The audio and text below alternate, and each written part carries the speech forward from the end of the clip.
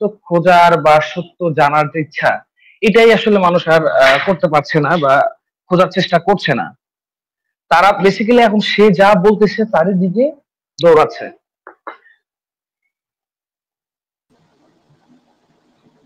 বেশ কিছু ভাই আমাদের মাঝখানে চলে আসছে। নোমান ভাই, আসসালামু আলাইকুম। ওয়ালাইকুম আসসালাম নোমানুদ্দিন ভাই, ওয়া আপনাকে যুক্ত রাহমাতুল্লাহি। করা হয়েছে। জি, জি, কেমন ধন্যবাদ আছেন যুক্ত নোমান করার ভাই? জন্য। জি, আলহামদুলিল্লাহ ভালো আছি ভাই, কেমন আছেন? এই তো ভাই, আলহামদুলিল্লাহ। জি ভাই। আপনাদের লাইভ গুলা আসলে প্রতিদিনই দেখা হয়, কোনোদিন যুক্ত হয় না আর কি, আজকে যুক্ত হইলাম। জি, ধন্যবাদ নোমান ভাই। আপনি কিছু বলতে চান নাকি আমাদের জি। লাইভের বিষয়ে বা? জি না, আসলে আসলে নাস্তিক্যবাদ নিয়ে আসলে বিভিন্ন প্রশ্ন ছিল আগেও, যেগুলো আমরা মাদ্রাসাতে বিভিন্ন উস্তাদদেরকেও করে থাকি। আসলে নাস্তিক্য মনা চিন্তা ভাবনা নিয়ে না, বরং তাদের প্রশ্নগুলা করার দ্বারা উদ্দেশ্য হইলো যে জবাবগুলা জানা আর কি। মাশাআল্লাহ। আচ্ছা ভাই, কেউ কি আহ, জয়ীফ হাদিস পড়ে কেউ কি নাস্তিক হতে পারে? মানে একজন মুসলিম ছিল, সে জয়ীফ জি, হাদিস পড়ে কি ভাই নাস্তিক হতে পারে? কি মনে হয় আপনার? এই ক্ষেত্রে আমাদের দৃষ্টিকোণ থেকে তো সহিহ জয়ীফ আসলে হাদিস আমলের ক্ষেত্রে তো জয়ীফ হাদিসও ধর্তব্য আমাদের দৃষ্টিকোণ থেকে আর কি, বা হাদিস শাস্ত্রবিদ যারা আছে তাদের হিসাবে, যে জয়ীফ হাদিসও আমলের ক্ষেত্রে গ্রহণযোগ্য হয়। তবে যে ব্যক্তি নাস্তিক, মানে সে তো কোরআন হাদিস মানে না, বিধায় নাস্তিক নাকি? না, মনে করেন যে একজন ব্যক্তি মুসলিম ছিল, সে একটা জয়ীফ হাদিস পড়লো। হ্যাঁ, জয়ীফ হাদিস, আচ্ছা আচ্ছা, নোমান ভাই, আচ্ছা জয়ীফ হাদিসের হলো সংজ্ঞা কি আপনি যদি জানেন একটু যদি বলেন। জি ভাই, জয়ীফ হাদিসের সংজ্ঞা হলো যে হাদিস শাস্ত্রবিদদের মতে জয়ীফ হাদিস বলা হয় যে হাদিস কোন সনদের দুর্বলতার কারণে, মানে রাওয়ির দুর্বলতা বা যে হাদিস বর্ণনাকারীদের দুর্বলতার কারণে যে হাদিসটা মুহাদ্দিসিনগণ জয়ীফ বলে আখ্যায়িত করেছে আর কি, ওইটাকে জয়ীফ হাদিস বলা হয় বা দুর্বল হাদিস বলা হয়, ওইটার সনদ দুর্বল হওয়ার কারণে। এমনিতে হাদিসের যে যে মূল ভাষ্য, এটা যে দুর্বল বিষয়টা কিন্তু এরকম না। দেখা যায় একই হাদিস অন্য আরেকটা সনদে, একাধিক সনদে সহিহ হিসাবে আসছে, কিন্তু এই সনদে যে সনদটা আমরা পাইছি এই সনদটা দুর্বল। ঠিক আছে, আমার কথা কি বুঝতে আচ্ছা, পারছেন ভাই? যদি কোন, জি সেক্ষেত্রে জি তো জি ভাই, শাহেদ যদি থাকা কোন, লাগবে, তাই না? হ্যাঁ হ্যাঁ জি বলেন। জি নোমানুদ্দিন ভাই, ভাই, মানে জি শাহেদ ভাই থাকা বলেন। লাগবে, তাই না? জি জি জি, তো মানে শাহেদ যদি না শাহেদ, থাকে তাহলে তো আপনি সে হাদিস আমল করবেন না। এই ক্ষেত্রে জয়ীফ আরো স্তর আছে। আমলের ক্ষেত্রে জয়ীফ হাদিস গ্রহণযোগ্য হলেও যখন এটা আকীদার বিষয় আসে, বা যখন জি ইসলামের বড় হুকুম সাব্যস্ত করার বিষয় আসে, তখন তো জি জয়ীফ হাদিসের এটা গ্রহণযোগ্য হয় না। জি না, সেই ওরা হিসাবে আপনার যে নাহিদ ভাই প্রশ্ন যেটা ছিল বলতে যে চাচ্ছিল জয়ীফ জয়ীফ হাদিস, না, ওটা জাল জি হবে। নাহিদ ভাই যেটা জি জি বলতে ভাই, চাচ্ছিল ওটা জয়ীফ না, ওটা জাল হবে। নাহিদ ভাই মূলত বলতে চাচ্ছিল যে জাল হাদিস পড়ে মৌজু কি হাদিস, কেউ মৌজু হাদিস আর করতে কি, পারে? যে কারণ জি আপনি মাদ্রাসায় পড়ছেন না ভাই, নোমানুদ্দিন ভাই, আপনি তো মাদ্রাসায় পড়ছেন, তাই না? জি জি ভাই, মাদ্রাসায় পড়তেছি ভাই। আচ্ছা, পড়তেছেন। এখন ধরেন আপনাকে হচ্ছে যে একটা জাল হাদিস আমি দিলাম আপনাকে, একটা জাল বর্ণনা আপনাকে দিলাম আমি। এই জাল জি, বর্ণনা পড়ে কি আপনি নাস্তিক হবেন? না না ভাই, আমি যদি নাস্তিক হওয়া মানে কি, যে এই বিষয়গুলা ধরেন সে, ইসলামের প্রতি সংশয় আসবে কিনা আপনার? জাল বর্ণনা থেকে হ্যাঁ, একটা জাল বর্ণনা দেখি কি আপনার ইসলামের প্রতি সংশয় আসবে? জি না ভাই, কখনোই আসবে না। আসবে না। কিন্তু বাটপার ইমরান আছে না, বাটপার ইমরান, মলম বিক্রেতা জি ভাই, লাড্ডু ইমরান, ডাক্তার ইমরান, এই লাড্ডু ইমরান কিন্তু জাল হাদিস পড়ে সে কিন্তু ইসলামের সংশয় পড়ে গেছে তার, এবং তার দাবি অনুযায়ী ইসলামের যে বড় বড় যে তিনটা বিষয় যেগুলোর কারণে সে ইসলাম থেকে দূরে সরে গেছে, তার মধ্যে অন্যতম একটা হচ্ছে যে ওই জাল ঘটনাটা। আসলে আমরা একটু সেটা দেখে আসি। দেখেন, একটু আমরা দেখে আসি। মানে এটা হচ্ছে যে ওদেরকে দিয়ে আমরা হচ্ছে ওদেরকে কি আহ, অপমানিত করাচ্ছি।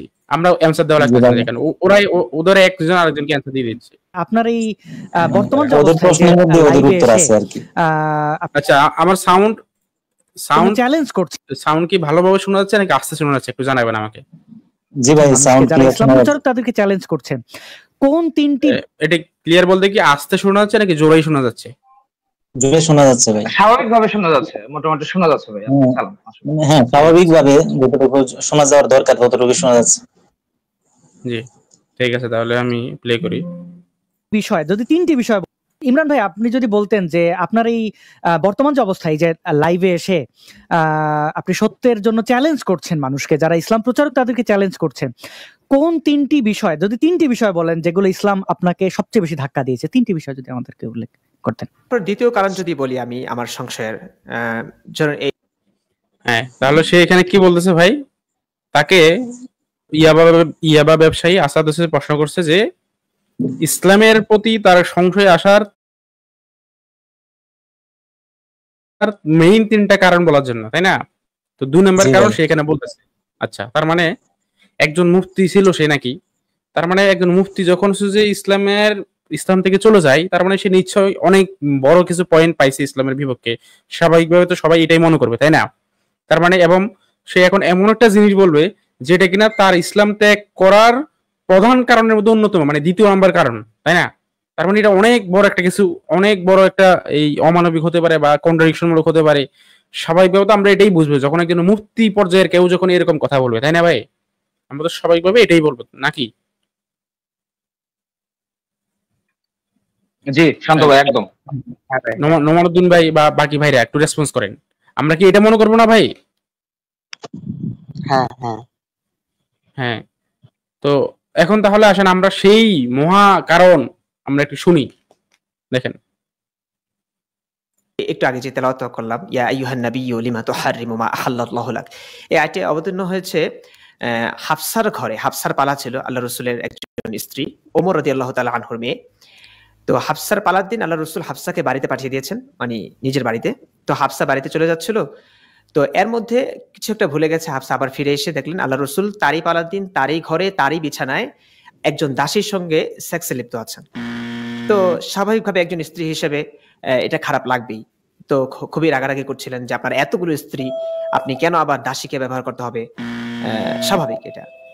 তো মনোমালিন্য বিরাজ করছিল, তর্ক বিতর্ক হচ্ছিল। আল্লাহ রসুল বললেন যে হাফসাকে যে তুমি এটা আয়েশাকে বলো না, কারণ আয়েশা রাদিয়াল্লাহু তাআলা আনহা ছিলেন কম বয়সী, অভিমানী ছিলেন, একটা ঝামেলা হবে। এই ঝামেলা এড়াতে হাফসাকে নিষেধ করলেন আয়েশাকে যেন না বলা হয়, কিন্তু হাফসা বলে দিয়েছে আয়েশাকে। যা হোক, ও আল্লাহ রসুল যখন তাকে নিষেধ করছিলেন যে এই কথাটা তুমি আয়েশাকে বলো না, তখন আল্লাহ রসুল প্রলোভন দেখিয়েছেন হাফসাকে যে তুমি যদি না বলো তাহলে তোমার জন্য একটা সুসংবাদ আছে, সেটা হচ্ছে আমার মৃত্যুর পর তো আবু বকর খলিফা হবেন, আবু বকরের পর তোমার বাবা ওমর খলিফা হবেন। আল্লাহ রসুল এক দাসীর সঙ্গে সহবাস করতে গিয়ে স্ত্রীর কাছে ধরা খেয়েছে, ধরা খেয়ে তাকে প্রলোভন দেখাচ্ছেন যে তুমি যদি আয়েশাকে না বলো তাহলে তোমার বাবা খলিফা হবেন। প্রলোভন না এটা? এটা কি লোভ না? একজন নবী কি লোভ দেখাতে পারে? আচ্ছা আমরা ভিডিওটা দেখলাম। ইয়া ভাই, নোমানুদ্দিন ভাই, আপনি তো মাদ্রাসা পড়ান, দেখি বলেন তো ভাই, এই যে ঘটনাটা যে বললো সে, এটা কতটা সত্যি? আমি এই ভিডিওটা এর আগেও দেখছিলাম এবং আপনি মনে হয় একটা জবাবও দিয়েছিলেন, ওইটা আমি করছি, দেখছিলাম আর কি। এই বিষয়টা আসলে কোনো আমরা আগে কখনো শুনি না এরকম ভাবে কোন মানে সহিহ রিওয়ায়াতে। সহিহ রিওয়ায়াতে শুনুন, এটা কোনো দুর্বল হাদিসে কি আছে এই ঘটনাটা? এই ঘটনাটাই আগে মূলত আমি কখনো শুনি নাই, এই যে ওনার মুখ থেকে আমি গতকালকে মনে হয় প্রথম শুনলাম আর কি। তারপরে একটু খোঁজাখুঁজির চেষ্টা করছিলাম, আপনার একটা ভিডিও হয়তো দেখছিলাম। শান্ত ভাই, এটা তো দুর্বল হাদিস দূরের কথা, কোনো জাল হাদিসের জাল সনদ এটা বর্ণিত নাই। না না, কোনো জাল সনদ এটা নাই, আমি ওনার মুখেই প্রথমে শুনছি আর কি, প্রথম। আচ্ছা, আপনি মাদ্রাসায় পড়তেছেন না ভাই? কোন ক্লাসে পড়তেছেন? আমি এই বছর দারুল হাদিস পড়তেছি ভাই। আচ্ছা, তার মানে আপনি দারুল হাদিস করতেছেন, এখনো আপনি এটা শুনেন না, এরকম কোন ঘটনা শুনেনি না, তাই তো? জি জি ভাই। আচ্ছা, তো এবার আসেন আমরা একটু দেখি এই বিষয়ে। আমরা মুসলিমদের মত বাদ দিব, আমরা কোনো কমেন্টই করবো না, এটা সহি নাকি জাল নাকি জৈব, আমরা কিছুই বলবো না। আসেন আমরা যে একজন নাস্তিক থেকে শুনে আসি, যে নাস্তিকও কিনা আবার মুফতি ছিল। হ্যাঁ, আসেন।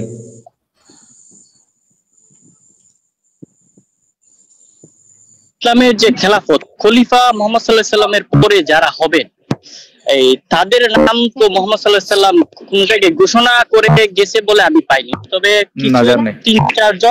তিন চারজন এই মুফতি, আলেম এবং হাফিজুর উনারা বলতেছিল হাফসা রাদিয়াল্লাহু তাআলা আনহার এই যে সাথে যে একটা যে ওই যে মারিয়া কিপ্তিয়ার সাথে সহবাস করেছিলেন এরকম একটা হাদিস আছে। ওই মুহাম্মদ সাল্লাল্লাহু আলাইহি সাল্লাম কে নাকি হাফসা রাদিয়াল্লাহু তাআলা আনহুকে নাকি মুহাম্মদ সাল্লাল্লাহু আলাইহি সাল্লাম বলেছিলেন, হে হাফসা, তুমি যদি এই বিষয়টা মারিয়া কিপ্তিয়া রাদিয়াল্লাহু তাআলা আনহার সাথে যে সহবাসের বিষয় এটা যদি গোপন করো, তো আমার পরে খলিফা হবে আবু বকর, এরপরে হবে উমর। তুমি যদি এই বিষয়টা গোপন করো তাহলে এই উমর এরপরে তোমার বাবা খলিফা হবে। এরকম কি কোনো হাদিস আপনি জানেন কিনা? আমি তো এরকম কোনো হাদিস পাইনি। খালিদ বিন ওয়ালিদকে বলেছিল সাইফুল্লাহ বা আল্লাহর তরবারি আখ্যা দিয়েছিল। তারপরে আলীর বিষয়ে যেমনটা বলেছে যে আমি যার মাওলা আলী তার মাওলা, সেরকমটা বলেছে। কিন্তু হাফসার কাছে ধরা খাওয়ার পরে এই কথা বলেছে যে তুমি কাউকে বলো না, তা যদি না বলো তাহলে আমার মৃত্যুর পরে আবু বকর প্রথম খলিফা হবে, উমর হবে তারপরে খলিফা। এই বর্ণনাটা সঠিক না, এটা কোনো সহিহ হাদিস দ্বারা প্রমাণিত নয়। আল্লাহর রাসূল এক দাসীর সঙ্গে সহবাস করতে গিয়ে স্ত্রীর কাছে ধরা খেয়েছে, ধরা খেয়ে তাকে প্রলোভন দেখাচ্ছেন যে তুমি যদি আয়েশাকে না বলো তাহলে তোমার বাবা খলিফা হবে। প্রলোভন না এটা? এটা কি লোভ না? একজন নবী কি লোভ দেখাতে পারে?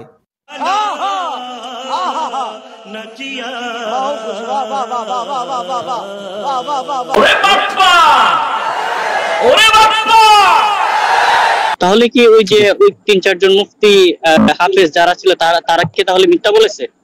তাহলে এটা দেখাচ্ছি, আমাদের চ্যানেলে গেলে পাবেন ভিডিওটা।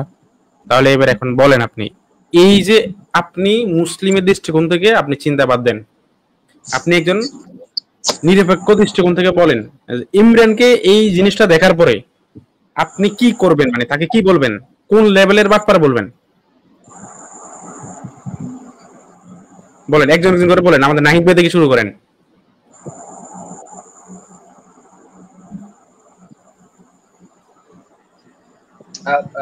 হ্যাঁ শান্ত ভাই। হ্যাঁ, আপনি আমার প্রশ্ন শুনছিলেন? না শান্ত ভাই, আমি যে একটা কাজ করতেছিলাম তো, আপনি একটু যদি আচ্ছা ঠিক আছে। কামরুল ভাই শুনছেন?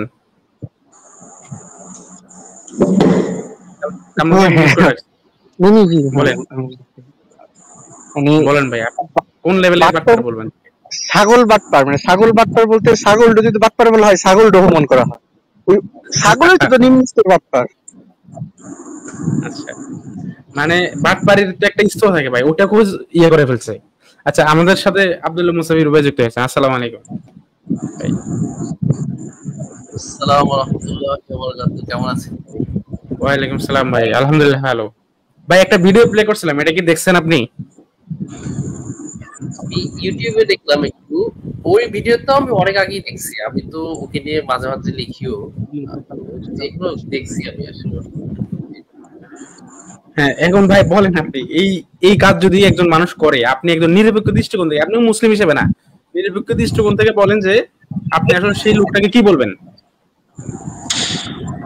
না, বিষয়টা হলো যে ওদের একটা কথায় কথায় ওরা বলে যে ওদের একটা নীতি আছে, যে ওরা মানবতার কথা বলে, সততার কথা বলে। মানে ওরা নাকি নিরপেক্ষ দৃষ্টি থেকে অনেস্ট রিভিউ দেয়, এটা নাকি ওরা বলে। ইসলাম সম্পর্কে তারা অনেস্ট রিভিউ দিচ্ছে, কিন্তু ওরা তো আমি দেখলাম যে মিথ্যা অপবাদ দেয়। সে